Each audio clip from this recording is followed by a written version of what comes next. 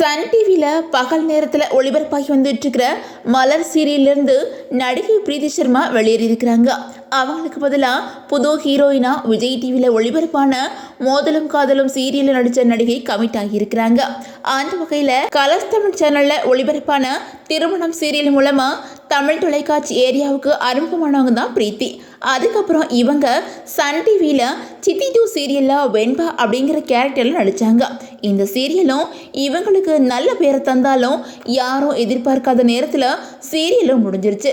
தொடர்ந்து சன் டிவிலேயே பகல் நேரத்தில் ஒளிபரப்பான மலர் சீரியலில் நடிக்க கமிட் ஆனாங்க. ஆனால் இந்த சீரியல் 400 எபிசோடுகளை கடந்து ஒளிபரப்பாகி வர சூழலில் இப்போ இந்த சீரியலேருந்து பிரீத்தி சர்மா வெளியேறியிருக்கிறாங்க.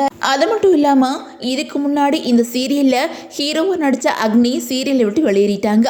இப்போ இந்த சீரியலில் ஹீரோயினுமே வெளியேறியிருக்கிறாங்க. பிரீத்தி சர்மா இந்த சீரியல்லேருந்து ஏன் வெளியேறிட்டாங்க அப்படிங்கிறத பற்றி சீரியல் வட்டாரங்களில் சில விஷயங்களை சொல்லி வந்துட்டு இருக்கிறாங்க. அதாவது அவங்க என்ன சொல்கிறாங்க அப்படின்னா, அவங்களுக்கு சினிமா பண்ணணும் அப்படிங்கிற ஆசை இருந்துகிட்டே இருந்துச்சு. அதுக்கான முயற்சியையும் தொடர்ந்து பண்ணிட்டு தான் இருந்தாங்க. அதனால சினிமா பண்ண போகிறதுனால சீரியல்லேருந்து விலகுறாங்க அப்படின்னு சிலர் சொல்கிறாங்க.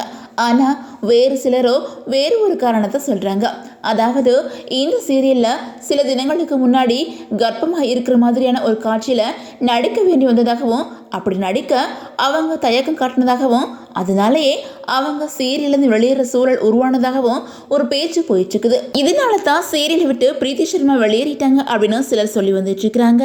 எது எப்படி இருந்தாலும் மலர் சீரியலேருந்து பிரீத்தி சர்மா ஏன் வெளியேறிட்டேன் அப்படின்னு சொல்லிட்டு அவங்களே ஒரு தெளிவான விளக்கம் கொடுப்பாங்க அப்படின்னு எதிர்பார்க்கப்படுது. இந்த நிலையில பிரீத்தி சர்மாவுக்கு பதிலாக புது ஹீரோயினா மோதலும் காதலும் சீரியலில் நடித்த அஸ்வதி நடிக்க தொடங்கி இருக்கிறாங்க.